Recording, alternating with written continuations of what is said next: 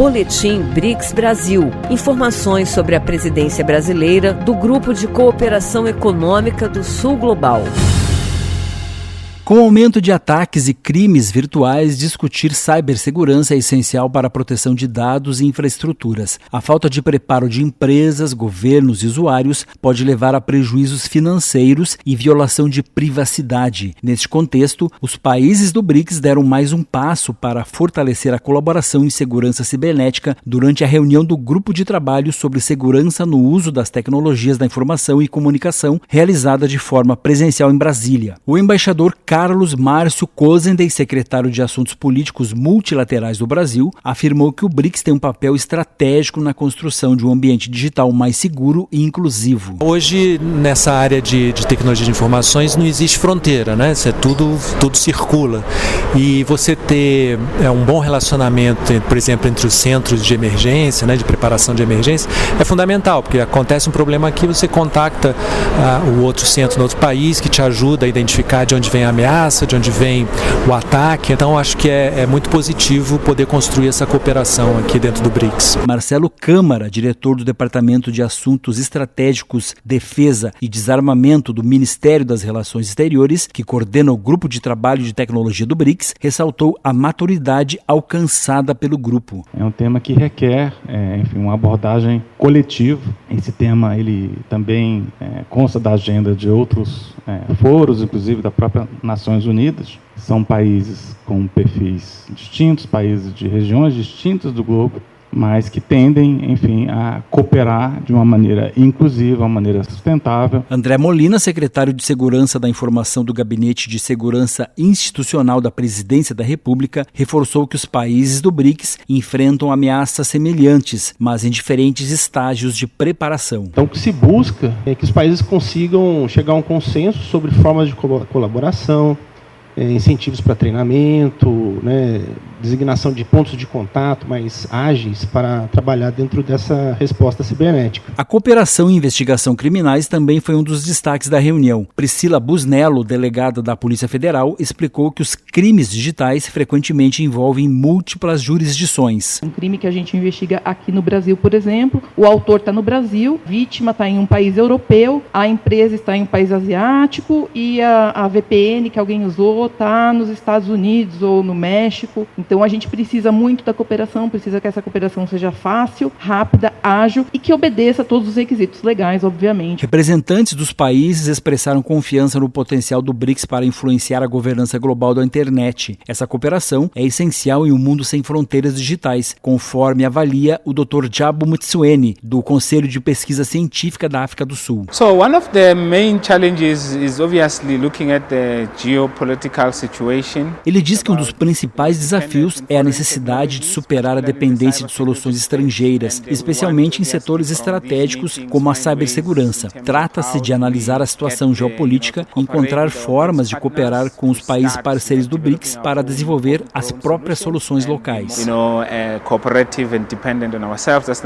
Em apresentação para representantes dos países do BRICS, Lisandro Granville, diretor-geral da Rede Nacional de Ensino e Pesquisa, destacou a importância da pesquisa acadêmica para antecipar desafios futuros. Na área de TICs, qualquer nova tecnologia, ela traz consigo inevitavelmente vulnerabilidades que não existiam antes, né? Então, tratar de cibersegurança para todos os aspectos de TICs e da sociedade é essencial. O grupo deve continuar suas discussões nos próximos meses para detalhar os mecanismos de cooperação, com expectativa de concluir os primeiros acordos. Enquanto isso, as equipes técnicas vão trabalhar na padronização de protocolos e no mapeamento de ameaças comuns, visando uma resposta mais eficiente do grupo aos crimes cibernéticos. De Brasília, com informações do BRICS Brasil, Leandro Molina.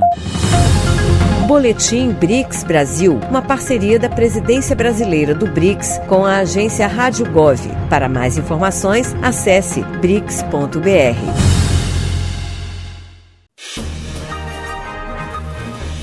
Boa noite, secretário. Boa noite, Mariana. Boa noite, Luciano. Prazer estar aqui mais uma vez na Voz do Brasil. Perfeito. No mês passado foi inaugurada a barragem de Oiticica, no Rio Grande do Norte.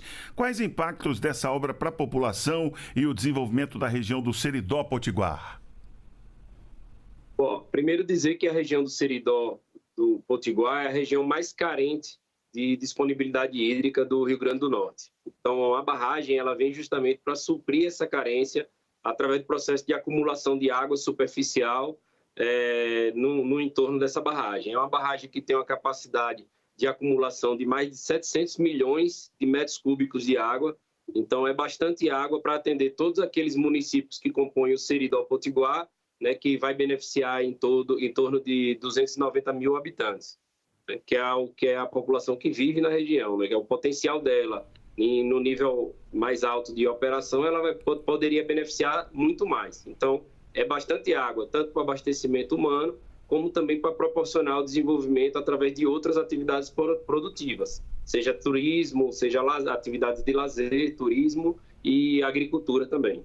Pois é, ela foi ampliada, né, a barragem, né, secretário? Assim que foi concluindo, né, toda a estrutura de concreto do corpo da barragem, foi feita uma nova batimetria e recalculado, né, pelo tamanho do lago que vai se formar na sua cota mais alta, e aí foi recalculado o volume de acumulação que proporcionou esse aumento aí de mais de 200 milhões de litros aí, chegando em mais de 700 milhões de litros de metros cúbicos a ser acumulado em sua cota máxima. Além da barragem de Oiticica, a região Nordeste passou a contar com outras 68 obras para assegurar o abastecimento de água para a população. Como é que está o andamento dessas obras e o cronograma de entrega, secretário? São obras que foram, né, garantido o orçamento através da decisão do presidente da República ao lançar o novo PAC, né? Então, desde 2023, a gente já vem trabalhando junto, seja por execução direta, seja apoiando os estados também, principalmente o estado do Nordeste, né? Essas 68 obras de infraestrutura hídrica são todas no estado do Nordeste, que totaliza mais de 10,4 bilhões de reais de investimento. De 2003 a 26, em alguns casos a obra até vai perfazer um tempo além de 2026. Mas assim, a gente tem diversas obras que estão a todo vapor, em execução acelerada.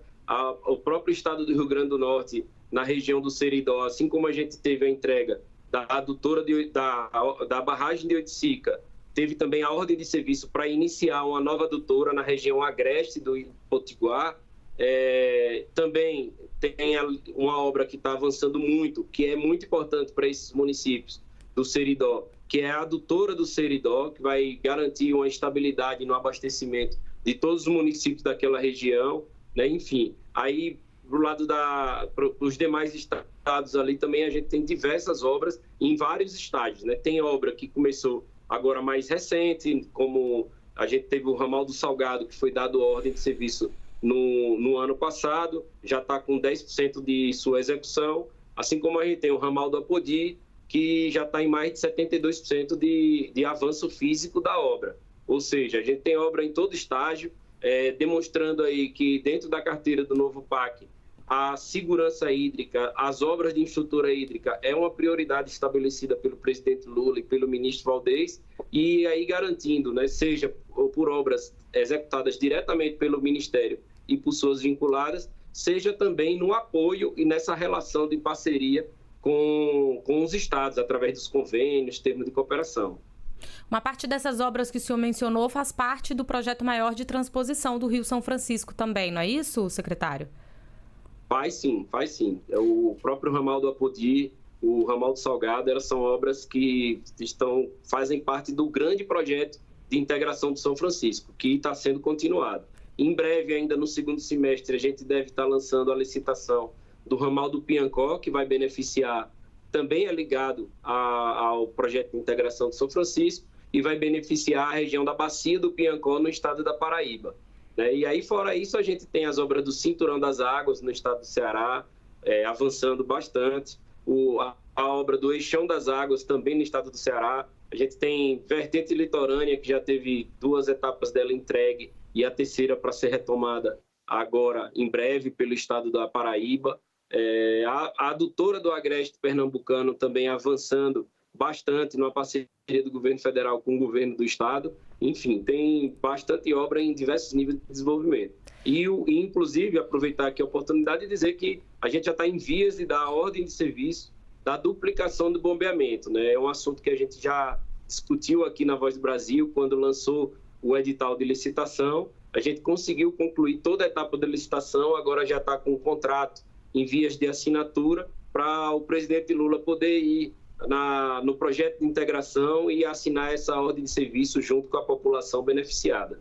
Eu me lembro quando a gente conversou sobre isso aqui, o aumento do bombeamento significa conseguir enviar mais água dentro da infraestrutura que já existe, sem precisar fazer novas obras de infraestrutura, né? Mas eu queria, antes da gente concluir, secretário, que o senhor comentasse que, porque essas obras todas de segurança hídrica que o senhor está mencionando, elas garantem, obviamente, a água na torneira das pessoas, mas mais do que isso, né? Existem outros benefícios para toda a região, né? Eu queria que o senhor falasse um pouco disso.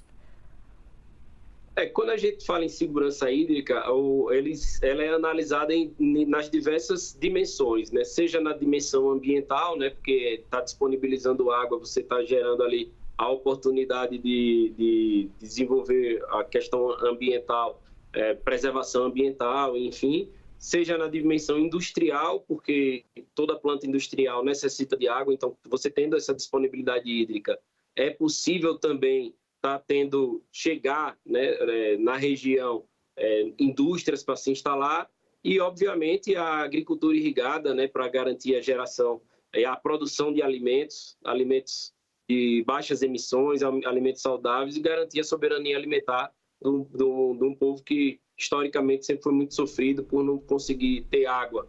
E com relação a isso, né, pela falta de água, perder sua produção, perder seus animais. Então, quando a gente vem com toda a implantação quando a gente vem com a implantação dessa infraestrutura, a gente está possibilitando que consiga realmente plantar e colher, que consiga criar seus animais e ter uma dignidade ali na sustentação de sua família também. Muito bem, nós conversamos com o Giuseppe Vieira, secretário nacional de Segurança Hídrica. Muito obrigado, secretário, pela participação aqui na Voz do Brasil. A gente que agradece. Muito obrigado. Até 2026 serão investidos por meio do PAC 1 trilhão e 300 bilhões de reais em 23 mil empreendimentos. Em dezembro de 2024, 711 bilhões de reais já haviam sido investidos, com mais de 3.800 obras concluídas. Na saúde, o novo PAC está garantindo a compra de 2.222 novas ambulâncias do SAMU, além da construção de 1.478 novas unidades básicas de saúde. Na educação, 990 obras já foram entregues. São escolas, quadras e creches, como a que foi inaugurada em Brasília e que resolveu a vida da secretária Luísa Alves, que conseguiu a vaga tão esperada para o filho Levi, de 1 ano e 3 meses. O horário maravilhoso, de 7 a 5, muito importante, né, para a família que trabalha. Com o novo PAC, o programa Minha Casa Minha Vida foi retomado e recebeu investimentos de mais de R$1 bilhão. E 80% das obras contratadas foram entregues. Foi graças ao Minha Casa Minha Vida que Juliana dos Santos, de João Pessoa, realizou o sonho da casa própria. Eu achei que eu nunca ia comprar uma casa para mim, um apartamento. Eu estou muito feliz mesmo. E não vejo a hora de estar se mudando para cá e já estar realizando meu sonho com a minha família. Já o programa Água para Todos já entregou 191 obras de abastecimento de água e mais de 54 mil cisternas. No transporte, a proporção de rodovias brasileiras com boas condições de tráfego saltou de 50% em dezembro de 2022 para 75% em dezembro de 2024. E a logística de transporte do país também entrou nos trilhos com investimentos na ferrovia transnordestina, nas ferrovias de integração Oeste-Leste e de integração do Centro-Oeste. Regina Coelho mora em Senador Pompeu, no Ceará, e se orgulha de trabalhar na Transnordestina. Comecei a estagiar na Transnordestina em 2021 até 2023. Já com o aumento das obras pelo novo PAC, a empresa já me contratou. Eu estou podendo dar uma qualidade de vida muito melhor para minha família agora. O secretário especial do novo PAC da Casa Civil, Maurício Muniz, destacou que o programa leva emprego, renda e desenvolvimento aos 4 cantos do país. Maior crescimento de emprego formal, isso é resultado do PAC. Isso que é importante, a população vai ter acesso a mais creche, a mais escola de tempo integral, UBS, hospital, melhores condições de tráfego nas estradas, em todos os setores. Todos os dados sobre o andamento das obras e os valores investidos nas obras do novo PAC estão disponíveis no site gov.br/novopac. Reportagem Graciele Bittencourt. Com a sanção do presidente Lula, o orçamento de 2025 estabelece um salário mínimo de R$ 1.518, um aumento real de 2,5%. Nos gastos sociais, a lei orçamentária anual reservou 158 bilhões e 600 milhões de reais para o Bolsa Família. Os benefícios de prestação continuada e renda mensal vitalícia vão contar com mais de 113 bilhões. Para a educação, a LOA garantiu 226 bilhões de reais e para a saúde, 245 bilhões. Para os investimentos federais foram reservados 166 bilhões, sendo quase 58 bilhões para o Programa de Aceleração do Crescimento. O PAC garante investimentos em diversas áreas, como infraestrutura, saúde, cidades sustentáveis e transição energética. A LOA 2025 prevê também que as contas públicas vão fechar o ano com saldo positivo, ou seja, com um superávit primário de 14 bilhões e 500 milhões de reais. Nazi Brum para a Voz do Brasil. A edição de 2023 do ENAD, o Exame Nacional de Desempenho dos Estudantes, avaliou 28 cursos de graduação, sendo 10 na área de Arquitetura e Engenharias, 10 na área de Saúde e mais 6 cursos superiores de Tecnologia. O INEP, Instituto Nacional de Estudos e Pesquisas Anísio Teixeira, ligado ao Ministério da Educação, leva em consideração o desempenho dos estudantes que estão concluindo os cursos e também a infraestrutura ofertada pelas instituições. São considerados, por exemplo, o nível de qualificação dos professores e os recursos didáticos utilizados. A partir disso, as faculdades recebem nota que vão de 1 a 5. Ao todo, foram avaliados os desempenhos de mais de 400 mil estudantes, de 1.347 instituições de ensino superior, sendo a maioria de instituições privadas. Desse total de alunos, 43,7% foram beneficiados por subsídios ou financiamentos públicos. Segundo Ulisses Teixeira, diretor de avaliação da educação superior do INEP, eles tiveram desempenho melhor do que os demais estudantes. Mas os estudantes que recebem algum tipo de auxílio, seja auxílio moradia, alimentação, permanência ou outro, eles têm, em quase todos os casos, notas médias mais altas do que os estudantes que não recebem auxílio permanência.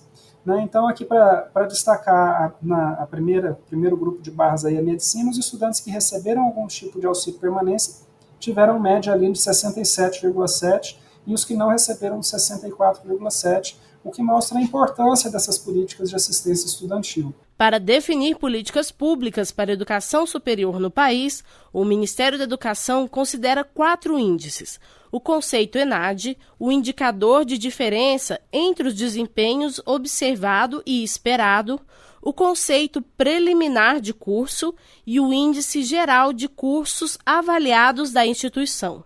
A partir deles, são definidas, por exemplo, a necessidade de ampliação da oferta de cursos ou o compromisso das instituições de ensino superior com sua missão pública. A análise completa dos cursos avaliados em 2023 pelo INEP pode ser conferida no site gov.br/INEP.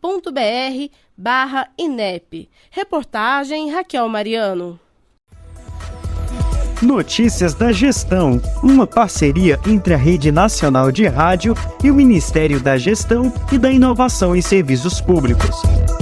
Por meio do programa Imóvel da Gente, em abril, o Ministério da Gestão e da Inovação em Serviços Públicos anunciou a destinação de mais um imóvel do governo federal à população. Dessa vez, a comunidade pesqueira tradicional de Barra Grande, no Piauí, foi beneficiada pelo programa do governo.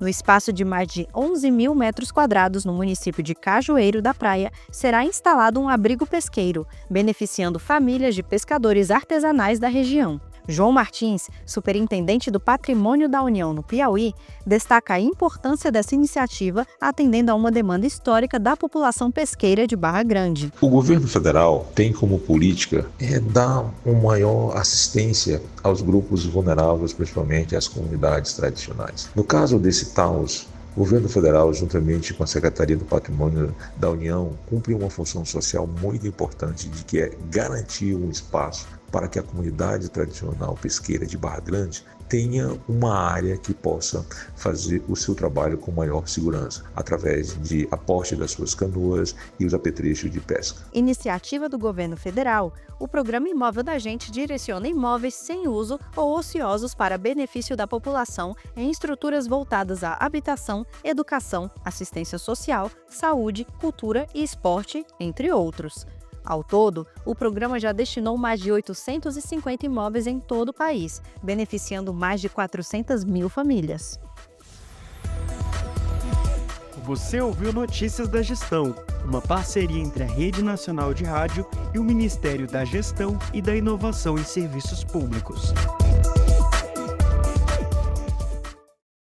Dentre as vagas de emprego geradas em fevereiro, 58,6% do total foram ocupadas por pessoas inscritas no Cadastro Único. Foram mais de 431.995 empregos gerados no Brasil, segundo dados do Cadastro Geral de Empregados e Desempregados, o CAGED. Ao todo, o saldo total representa um crescimento de 40,5% em comparação com o mesmo período do ano anterior. Acompanhar a empregabilidade do público do cadastro é importante para a gestão dos programas sociais. E segundo o secretário de Avaliação, Gestão da Informação e Cadastro Único do MDS, Rafael Osório, o novo sistema do CadÚnico contribui para esse acompanhamento. O novo Cadastro Único, que nós lançamos recentemente, ele é uma plataforma que vai nos ajudar bastante a monitorar a saída, o trânsito dos beneficiários dos programas sociais para o mercado de trabalho e de volta. Então agora, por exemplo, quando o cidadão consegue um emprego formal, ele não precisa mais ir a um posto de cadastramento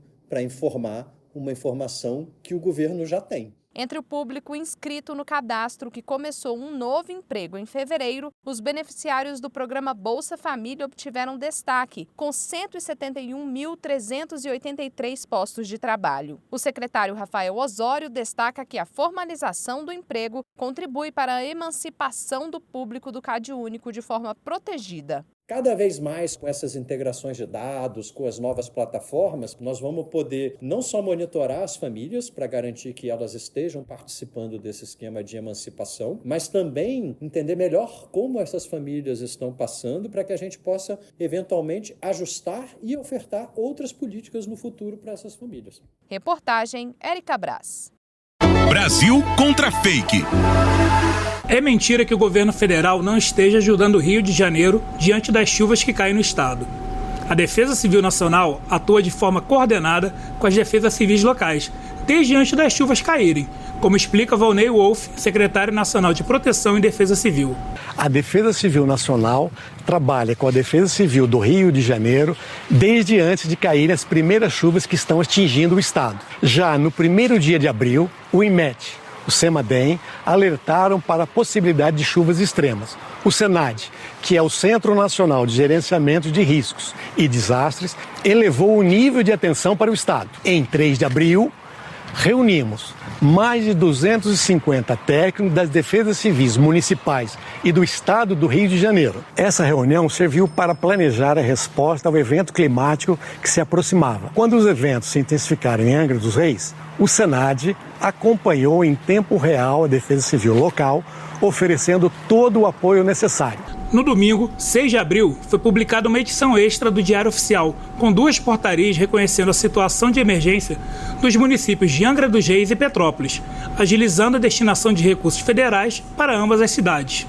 A antecipação às chuvas foi fundamental nessa situação, e o Defesa Civil Alerta, ferramenta gratuita desenvolvida pelo governo federal, alertou a população a tempo, como já nos contou aqui na Voz do Brasil o ministro da Integração e Desenvolvimento Regional, Valdez Góes. Diante desse evento foi utilizado tanto o sistema mais extremo, né, como também aquele que ainda está tempo para as pessoas se prevenirem. E por isso nós não tivemos nenhum óbito em Angra dos Reis. Deve-se muito ao sistema Defesa Civil Alerta. De 2022 até hoje, o Ministério da Integração e Desenvolvimento Regional dedicou para o estado do Rio de Janeiro 63,6 milhões de reais para ações de assistência humanitária e restabelecimento, e de 59,9 milhões para reconstrução em regiões afetadas por eventos extremos.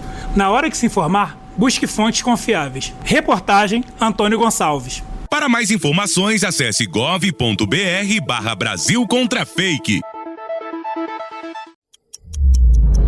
Olá, você está no Conexão Energia, o fio que te conecta ao Ministério de Minas e Energia, trazendo em nossos boletins as principais notícias sobre o cenário energético no Brasil e no mundo. O Conexão Energia é uma parceria entre o Ministério de Minas e Energia e a Rádio Gov.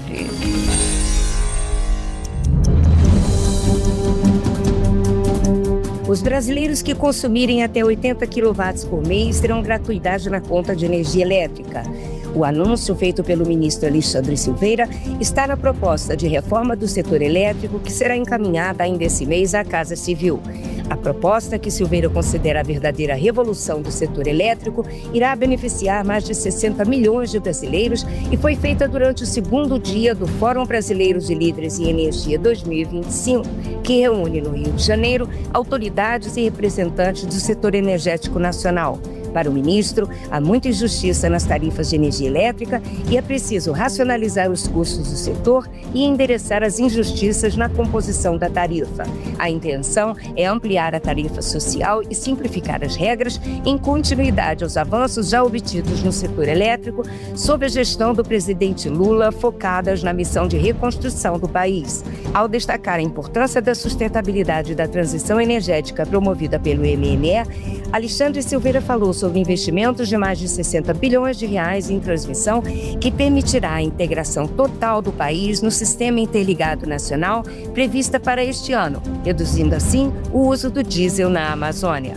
A nova proposta do governo obedecerá aos critérios de justiça tarifária, liberdade para o consumidor e equilíbrio para o setor.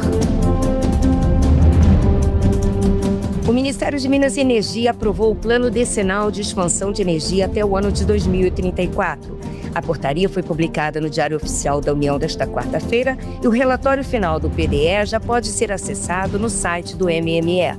Elaborado pela empresa de pesquisa energética vinculada ao MME, o plano traz um planejamento detalhado e crucial para subsidiar a trajetória de transição energética do Brasil pelos próximos 10 anos. As diretrizes do PDE 2034 proporcionam uma visão integrada e robusta do futuro dos recursos energéticos do país, além de contribuir para a construção de políticas públicas que assegurem energia acessível e de qualidade para a sociedade brasileira.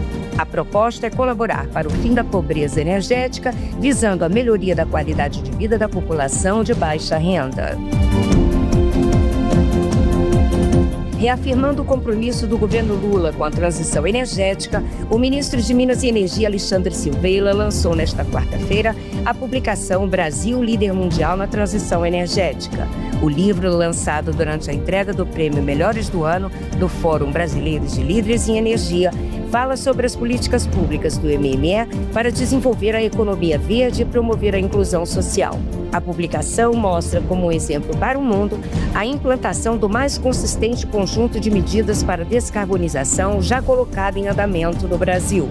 O país, que já é gigante pela própria natureza, como diz o nosso hino nacional, agora dá passos largos para a melhoria da qualidade de vida de brasileiros e brasileiras, sem deixar ninguém para trás, declarou Alexandre Silveira. A publicação está disponível no site do MME. O Conexão Energia fica por aqui. Mais informações, acesse www.mme.gov.br. Nossos boletins têm a produção e apresentação de Nise Quintas e edição de Ana Lúcia Ferreira e Bruno Piuí. O Conexão Energia é uma parceria do Ministério de Minas e Energia e a Rádio Gov. Minuto Ciência. Um estudo do Instituto de Desenvolvimento Sustentável Mamirauá, em parceria com a WWF Brasil e mais de 20 organizações parceiras, realizou uma espécie de censo das onças pintadas no bioma Amazônia. A pesquisa foi desenvolvida em 22 áreas protegidas do Brasil, Equador, Colômbia e Peru, com classificações distintas, sendo parques nacionais, reservas extrativistas, terras indígenas, entre outras, cobrindo habitats de terra firme e florestas alagadas de várzea e igapó. 6.389 onças pintadas foram registradas pelos pesquisadores com auxílio de armadilhas fotográficas, câmeras instaladas na floresta que fotografam a vida selvagem através de sensores, como explicou o diretor técnico científico do Mamirauá, Emiliano Ramalho, um dos responsáveis pela coleta dos dados. Permite um monitoramento passivo das onças, né, e de outros animais. Eles são equipamentos que ficam muito tempo no campo e que são ativados toda vez que o animal passa na frente desses equipamentos. E esses equipamentos, eles não têm som, às vezes nem o flash da foto, né? Então eles permitem o monitoramento de espécies de difícil detecção, como é o caso da onça pintada. Então eles são fundamentais, eles são o que permitem a gente monitorar as populações de onça em larga escala, com o que foi demonstrado nesse trabalho. Cada animal é identificado individualmente, através do padrão único de pintas que cada um possui. Os dados ainda apontaram que a densidade média das onças pintadas é de 3,08 indivíduos por 100 km², variando conforme a região. A maior concentração foi registrada na Reserva de Desenvolvimento Sustentável Mamirauá, como detalhou Jorge Menezes, líder do grupo em Ecologia e Conservação de Felinos na Amazônia. A gente já tinha uma ideia relativamente bem estabelecida de que a reserva tinha muito mais onças, uma densidade de onça muito maior do que o esperado em outros lugares, mas ver esse número, né, marcado na tabela, né, principalmente comparando com outros lugares que o estudo levantou também, foi uma situação, foi reveladora, assim. Nós conseguimos ver, né, que tem 9,97 animais por 100 km² e isso é muito maior do que em outros lugares. Tem lugares no Brasil que só tem meia onça por 100 km². Já a menor densidade foi na Reserva Biológica de Coeiras, com apenas 0,6 indivíduos por 100 km². Recentemente, o estudo foi tema de um artigo publicado na Biological Conservation, revista científica internacional. O texto é de autoria de Guilherme Alvarenga, pesquisador associado do Grupo de Pesquisa em Ecologia e Conservação de Felinos da Amazônia do Instituto Mamirauá, em parceria com a WWF Brasil e mais de 20 organizações parceiras. Na pesquisa foram utilizados dados de 2005 a 2020. O monitoramento segue sendo realizado. Reportagem Mariana Leite. Minuto Ciência. A Caixa paga nesta terça-feira, dia 15 de abril, o abono salarial para os trabalhadores nascidos em março e abril. O pagamento faz parte do calendário 2025 referente ao ano base 2023. De acordo com a Caixa, mais de 3.800.000 pessoas vão receber o benefício neste mês, somando mais de 4,5 bilhões de reais em pagamentos. O valor do abono varia conforme o número de meses trabalhados com carteira assinada em 2023. Quem tem conta na Caixa recebe o dinheiro direto na conta. Os demais recebem pela poupança digital do Caixa Tem, que é aberta automaticamente e pode ser movimentada pelo celular. Também é possível sacar o dinheiro com cartão social e senha ou até sem cartão, usando a biometria nos caixas eletrônicos. Tem direito ao abono o trabalhador inscrito no PIS/PASEP há pelo menos 5 anos, que trabalhou com carteira assinada por pelo menos 30 dias em 2023, com renda média de até 2 salários mínimos. Os dados precisam estar corretos no sistema do governo, informados pelo empregador. Quem trabalha em empresa privada recebe pela Caixa. Servidores públicos recebem o benefício pelo Banco do Brasil. Para consultar valores e datas, acesse o app Caixa Tem ou o site caixa.gov.br. Com supervisão de Diego Freitas, da agência Rádio Gov em Brasília, Estefânia Lima. Atenção, emissoras de todo o país. Dentro de 5 segundos, formação de rede obrigatória de rádio.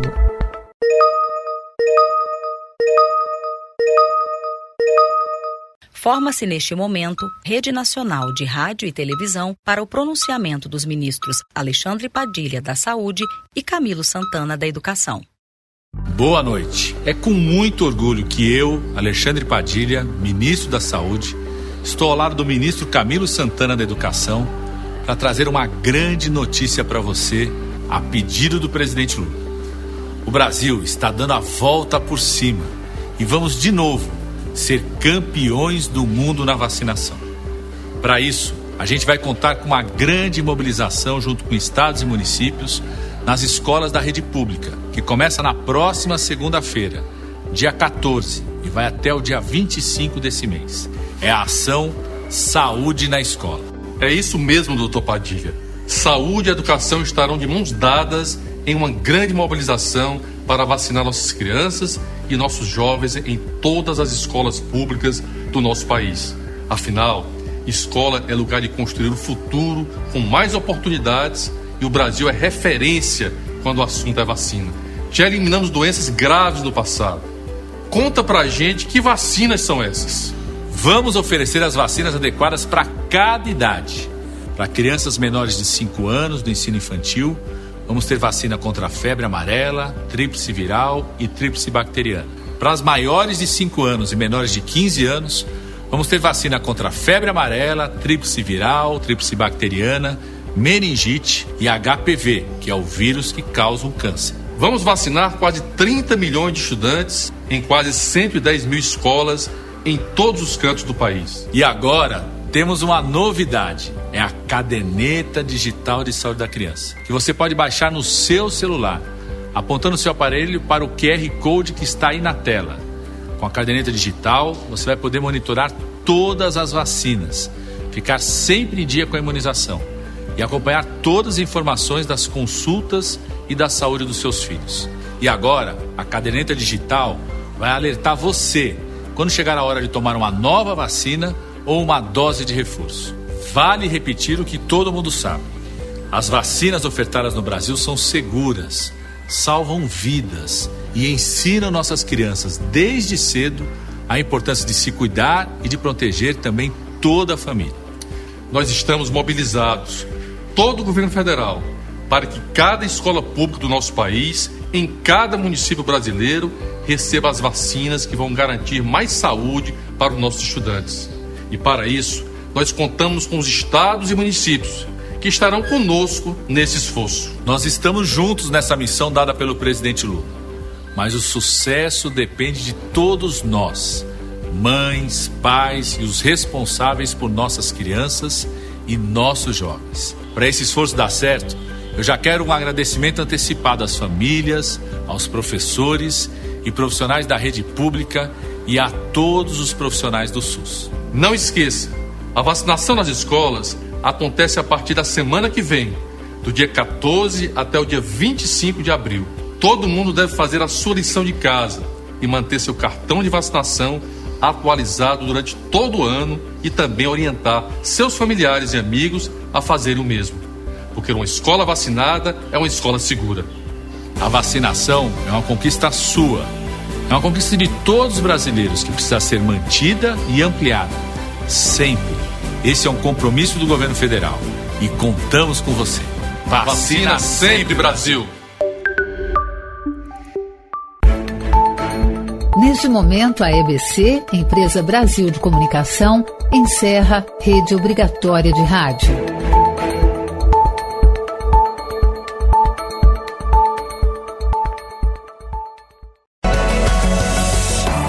Fala MDS. Olá, meu nome é Érica Braz, sejam bem-vindas e bem-vindos ao Fala MDS, o podcast do Ministério do Desenvolvimento e Assistência Social, Família e Combate à Fome. Hoje vamos receber o ministro Wellington Dias, que vai falar sobre o Brasil dando a volta por cima. O presidente Lula disse saber da força de vontade e da capacidade de trabalho do povo brasileiro.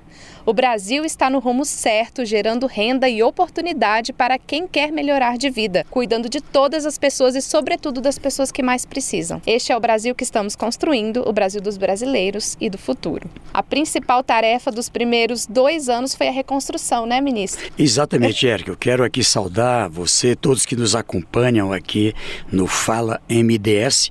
MDS é o Ministério do Bolsa Família, como o povo diz. Isso. E quero saudar também esse momento hoje. Estive lá e o presidente Lula, ali com muita animação para o trabalho e colocando todo o seu time ali também para que a gente possa trabalhar exatamente nessa linha de um Brasil em que acreditamos no povo brasileiro, apoiamos e queremos com muito trabalho, com muita determinação, construir um Brasil para os brasileiros, construir um Brasil com desenvolvimento. Desenvolvimento econômico, mas também desenvolvimento com compromisso social. Social do povo. A vida já começou a melhorar e vai melhorar ainda mais nos próximos 2 anos. A gente está gravando aqui, ministro, no mesmo dia em que o presidente Lula fez um balanço, dos seus 2 primeiros anos de governo. E eu quero começar falando do combate à fome. A gente pode afirmar que em 2026 o Brasil vai sair mais uma vez do mapa da fome da ONU? Sim, nós temos um compromisso do Brasil oficial, que é o compromisso aprovado a partir da assinatura,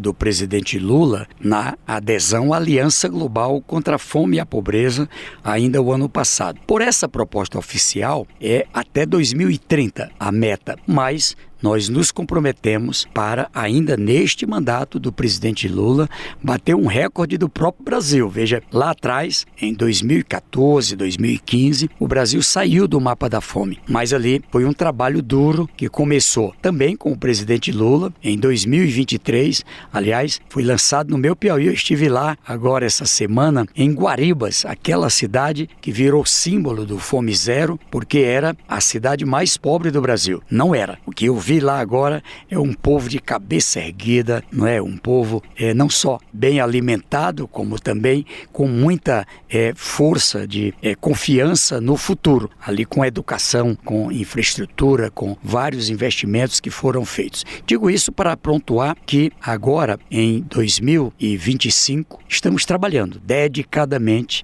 para completar em 2025 o triênio em que podemos, no critério da FAO, que é ligada à ONU, o Fundo da Alimentação da ONU, completar um triênio em que temos uma média abaixo de 2,5% em segurança alimentar, que pelo critério, ninguém sabe aqui mais se o problema é fome, se é alguma doença, por isso a ONU usa esse critério. Pois bem, nós recebemos, com 4,8%, chegou até esse patamar ali, 2021, 2022, e quando veio ali o governo do presidente Lula, nós tínhamos 33 milhões e 100 mil pessoas na fome. E ali já em 2023 tiramos 24,4 milhões. Agora o presidente Lula deseja que a gente possa seguir trabalhando. E também, veja, com esse triênio a gente garante um recorde, porque nenhum país do mundo foi além do Brasil, que tirou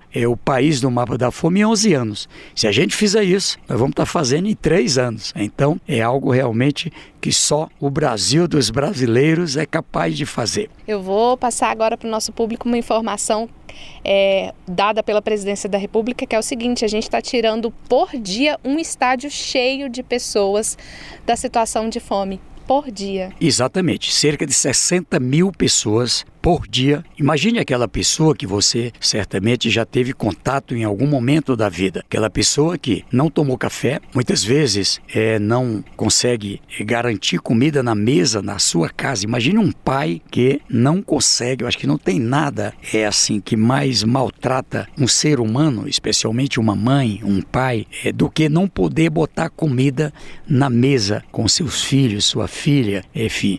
E dessas pessoas, nós fomos ali 60 mil todo dia, desde 2023, para alcançar ali de janeiro a dezembro, 24,4 milhões de pessoas. Um estádio de futebol, e o presidente ainda brincou, num dia de jogo, Corinthians e Palmeiras. Sim, ele é corintiano. Agora, esse dado de 60 mil pessoas, ministro, que passaram a fazer 3 refeições por dia, no mínimo, né? Café Exatamente. da manhã, almoço Comer e janta. café, almoçar e jantar. Agora, ministro, é assustador a gente pensar, então, que se agora essas pessoas estão fazendo essas refeições, quando o governo Lula assumiu em 2023, elas estavam em situação de insegurança alimentar. Insegurança alimentar. Lembra Yanomami, para lembrar uma imagem que o Brasil e o mundo viu. Aquelas pessoas que estavam morrendo. Muitas pessoas morreram de fome. E os Yanomamis ali, só o couro e o osso. Não eram só os Yanomamis. Eu estou falando aqui de insegurança alimentar para 33 milhões e 100 mil pessoas. Tinha fila do osso. É o EBIA, é a escala brasileira da insegurança alimentar. E as pessoas se humilhando ali na fila do osso, comendo lixo. Era uma situação... já alcançamos todo mundo? Não. Infelizmente, eu tenho aqui que reconhecer que não. Mas caiu de 33 milhões e 100 para 8,7 milhões em 2023. Devemos ter tirado mais próximo de 5 milhões de famílias. Estou falando aqui de pessoas que viviam nessa situação. 5 milhões de pessoas é o que eu espero a gente ter também alcançado em 2024. Então, agora a gente está esperando a divulgação da FAO, IBGE, IPEA, enfim, os que estudam esse tema. Eu acho que agora até o mês de maio a gente tem essa divulgação. O importante aqui é que, com transferência de renda, o Bolsa Família é um dinheiro que chega na pessoa e ela compra ali, alimenta onde vive. O dinheiro circula ali no açougue, no mercadinho, ali na feira, onde as pessoas vivem. Mas também complemento alimentar. Nós estamos falando de 50 milhões de estudantes que voltaram a ter alimentação escolar adequada. O governo aumentou em bilhões o valor do repasse e, com isso, as crianças, os adolescentes, as pessoas que estudam, podendo comer melhor. Inclusive, muitos das universidades também o PA, o Programa de Aquisição de Alimento, comprando alimento dos pequenos agricultores, que gera renda, e esse alimento saudável indo para a escola, indo para atividade social, indo para pessoas que precisam. Eu também cito aqui os bancos de alimento, os restaurantes cozinhas solidárias, ou seja, é essa solidariedade do povo brasileiro, o governo apoiando e dando resultado, reduzindo desnutrição e tirando pessoas da fome. Um empurrão para frente. Um empurrão para frente e ali, segurando a mão, e ninguém larga a mão de ninguém. O senhor falou de alimentação escolar, que é um dos projetos, um dos programas brasileiros que está na cesta da Aliança Global contra a Fome e a Pobreza. O senhor é co-presidente do Conselho dos Campeões, que é uma espécie de gestão dessa aliança. Atualiza para a gente a que pé está a Aliança Global contra a Fome e a Pobreza. A Aliança Global foi uma engenharia colocada pelo presidente Lula para que o mundo pudesse cumprir a chamada Meta 1, que é a erradicação da pobreza até 2030, e a Meta 2, que é fome zero até 2030, e aprovado na ONU por todos os países do mundo. Mas o mundo fracassou. É bom lembrar, foi isso que o presidente Lula disse. Por isso, no momento em que o Brasil presidia o grupo do G20, os 21 países mais ricos do mundo, ele disse: se os mais ricos não apoiarem os países em desenvolvimento, nós não vamos alcançar esse sucesso. Então, o mundo produz mais alimento do que o número de pessoas existentes no mundo precisa. Então, o problema não é alimento. O problema é que tem dinheiro para guerra, tem dinheiro para as bombas, tem dinheiro para a arma e não tem dinheiro para alimentar o povo no Brasil e no mundo. Por isso, ele chega falando forte. E aprovada a aliança no Rio de Janeiro, ano passado, ali, e com o apoio desses 172 membros, melhor dizendo. São países e organismos internacionais como a FAO, o Banco Mundial, Unicef, PNUD, e coube ao Brasil a presidência pela confiança do presidente Lula, juntamente com o embaixador Aldo, não é? O embaixador diplomata o Saulo, e ali nós estamos representando o Brasil junto com a Espanha, que também é nossa co-presidente, e também aqui com 6 vice-presidências de todas as regiões do mundo. E lá tem uma cesta de propostas que já foram experimentadas e demonstraram-se eficientes. A transferência de renda, como o Bolsa Família e outras, a alimentação escolar, inclusive com compra da agricultura familiar, o programa de cisterna, qualificação profissional, a integração com educação, saúde, ali a garantia de apoio aos pequenos negócios e, é claro, também ali integrado com uma boa infraestrutura, energia, água, enfim. E tudo isso agora é parte de um plano para o mundo. A gente começou já a trabalhar com 12 países aqui da América Latina, para citar um exemplo, o Haiti, a República Dominicana. Eu comemorei essa semana o Paraguai, que alcançou o seu mais baixo índice de insegurança alimentar e também de pobreza. E é esse caminho que a gente quer para todos os continentes, todas as regiões do mundo. Ministro, o senhor falou do Bolsa Família, é sobre isso que eu quero falar agora. Um dos maiores programas de transferência do mundo, tá aí na cesta da Aliança, e eu tenho certeza que é uma das principais entregas desses 2 anos, a reestruturação, restabelecimento desse programa que tinha acabado no governo anterior. E eu queria que o senhor comentasse as melhorias, o aperfeiçoamento do Bolsa Família, especialmente ligado agora ao Minha Casa Minha Vida, que são outros programas que vão além do MDS até. Imagine assim um terremoto, aquela destruição. O fato é que destruíram muitas políticas do Brasil e não foi fácil esses 2 primeiros anos, nessa fase, como o presidente Lula pontuou neste ato, que ele chamou da reconstrução. Agora, muito trabalho, um novo cadastro, as condições de ir a 41 milhões de domicílios, poder ali fazer a revisitação a 94 milhões de pessoas em todos os municípios do Brasil. E o resultado é onde tem pessoas passando fome, um buscativa. E aqui eu quero agradecer ao SUAS, ao nosso Sistema Único da Assistência Social, nosso também Sistema de Segurança Alimentar. São pessoas profissionais do cadastro, assistência social, psicólogo, pedagogo, pessoas que em cada lugar, ali as equipes, o motorista, e garante chegar, lá onde ninguém chega. Chegar lá numa comunidade indígena, chegar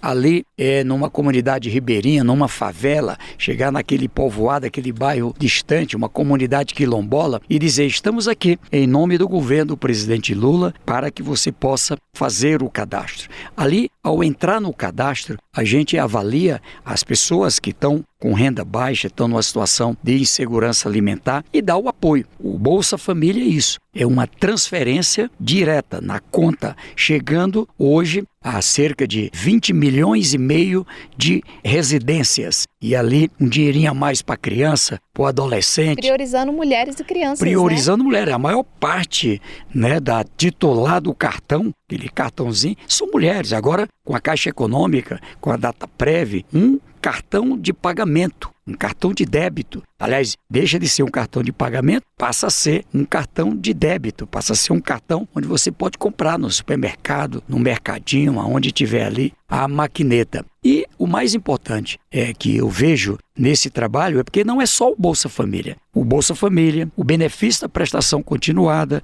para pessoas que chegam a uma idade avançada e ali não tem a previdência, não tem a aposentadoria, não tem ali uma pensão, ali chega o BPC. A pessoa com deficiência ali que não tem condições de trabalhar, tem ali uma vulnerabilidade, tem uma renda ali na família abaixo de 1/4 do salário mínimo e poder ali ser beneficiada com o salário mínimo. Ali o povo que recebe auxílio gás, as pessoas que têm o direito à farmácia popular com medicamento gratuito, o pé de meia, ali a garantia de energia onde não chegou a energia, o Brasil conectado, ter a tarifa social de energia, mas também o apoio para crescer. Aqui o cuidado, a educação e a saúde. Está estudando? Como é que está? Precisa de aula de reforço? Precisa de um cursinho popular? Agora também. Garantir, tem uma casa? Não tem uma casa. Que tal você ali se inscrever no Minha Casa Minha Vida? É prioridade, por ordem do presidente. Já 1 1.120.000 habitações em construção contratada no Brasil.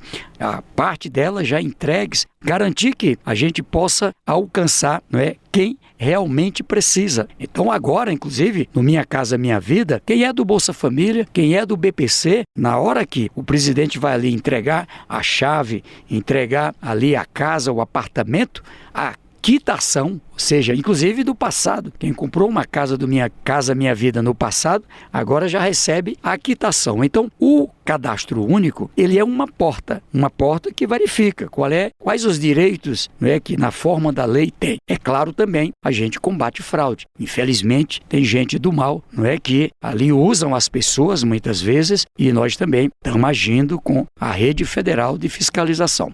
É isso, benefício para quem precisa. Ministro, vamos mudar de assunto. O Brasil que cuida de todos. Além dos programas, né, como Farmácia Popular, que o senhor falou, Minha Casa Minha Vida, remédio gratuito, né, educação. Agora o governo federal instituiu a Política Nacional de Cuidados. É um olhar do Estado voltado para esse assunto. Por quê, ministro? Olha, essa é uma mudança muito, muito forte. A doutora Laísa Brama, nossa secretária nacional, ela trabalha ali bem integrada com o secretário André Quintão, de Minas Gerais. Ela é de São Paulo. E veja, a gente poder ter ali uma revitalização do cuidado com crianças que precisam de cuidados. Então a mãe, às vezes uma avó, ali uma irmã ou uma tia, alguém que cuida, também muitas vezes, para quem já tem uma condição melhor, uma empregada doméstica, às vezes uma babá, e a gente quer qualificar estas pessoas de acordo com suas necessidades para melhor qualidade. É um olhar para aquela pessoa com deficiência, muitas vezes aquela pessoa abandonada, um idoso abandonado, um refugiado, uma pessoa da população de rua, é uma pessoa que precisa de um tratamento para uma dependência química, às vezes tem um problema de saúde mental, mas são cuidadas. Agora, além das pessoas que são cuidadas, um olhar para cuidadores, principalmente mulheres cuidadoras, são a grande maioria. E que tal se a gente tiver um olhar para estas pessoas? Que muitas vezes você deve conhecer, quem está me ouvindo aqui conhece, aquela pessoa que dedicou-se a vida inteira a cuidar de outra pessoa. Não pôde estudar, não pôde trabalhar. E agora? Não é? Então, como é que a gente vai olhar para essas pessoas? O presidente Lula se lembrou dessas pessoas e estamos integrados com municípios, com o Estado, estruturando esse trabalho com um grande plano.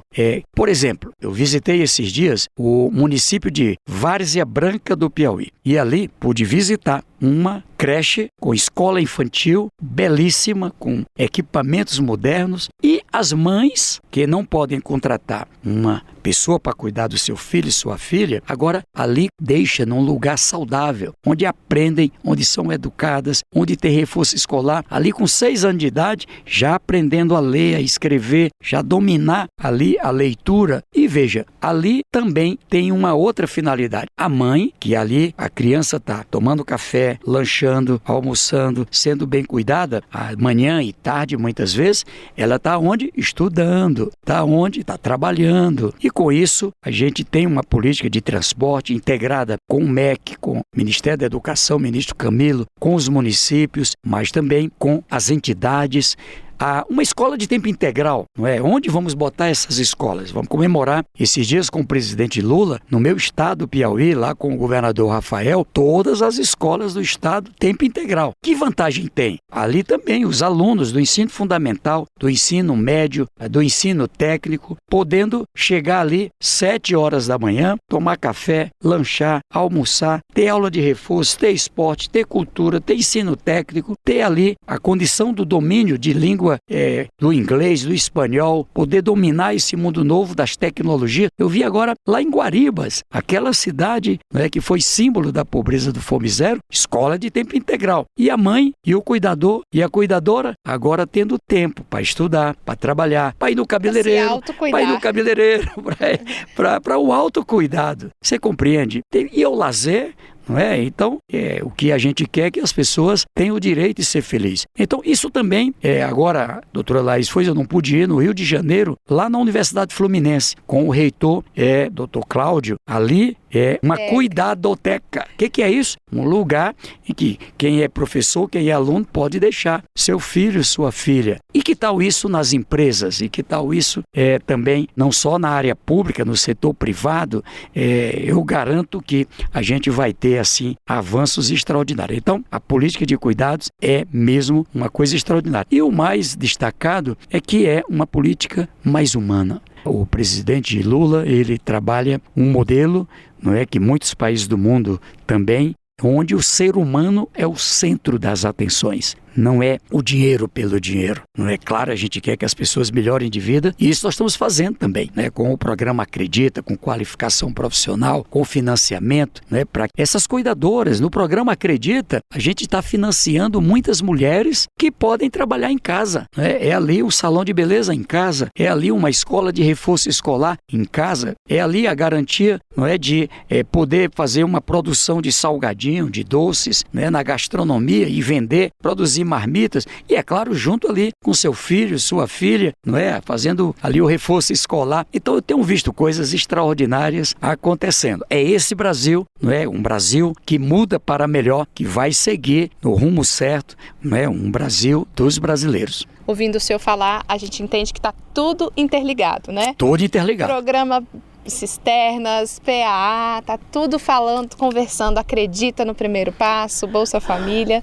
Muito bacana. Ministro, sua 5ª vez aqui, quero te agradecer a disponibilidade de vir fazer esse balanço dos primeiros 2 anos da atual gestão. Espero que o senhor tenha aí um bom trabalho pela frente, ainda restam cerca de 2 anos, né?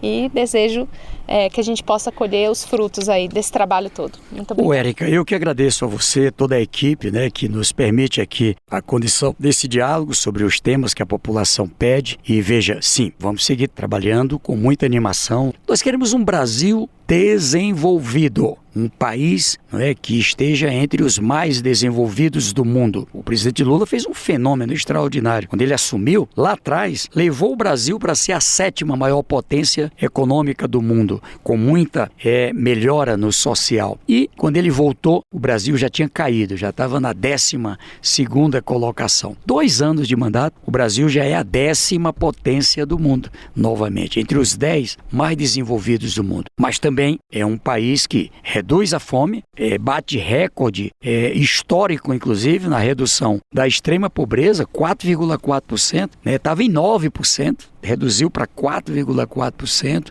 A pobreza também tinha subido, estava em 36,7%, agora 27,4%. Eu acho que vai sair resultados aí melhores ainda do ano passado. Então, eu digo que está perfeito? Não, a gente está cuidando de tudo, cuidando da segurança, redução de homicídio, cuidando para chegar às oportunidades, né, para a classe média agora com um programa como a isenção de impostos para quem ganha até R$5.000, até R$7.000, tendo também redução de impostos, um benefício que favorece a classe média, habitação para a classe média, negócios para a classe média. Então, esse caminho, olhar para todas as pessoas, é esse caminho que, se Deus quiser, nós vamos alcançar. O Fala MDS é publicado semanalmente nas plataformas de áudio como Spotify, Amazon, Deezer, Apple Podcasts e SoundCloud. Você também pode conferir o conteúdo do MDS no canal do YouTube, @MinDesenvolvimento. Nós estamos também no Instagram, busque pelo @MDSGovBR. No WhatsApp, o canal oficial é Ministério do Desenvolvimento Social. Se preferir, tem o Disque Social pelo número 121. O Fala MDS fica por aqui. Eu espero vocês no próximo programa.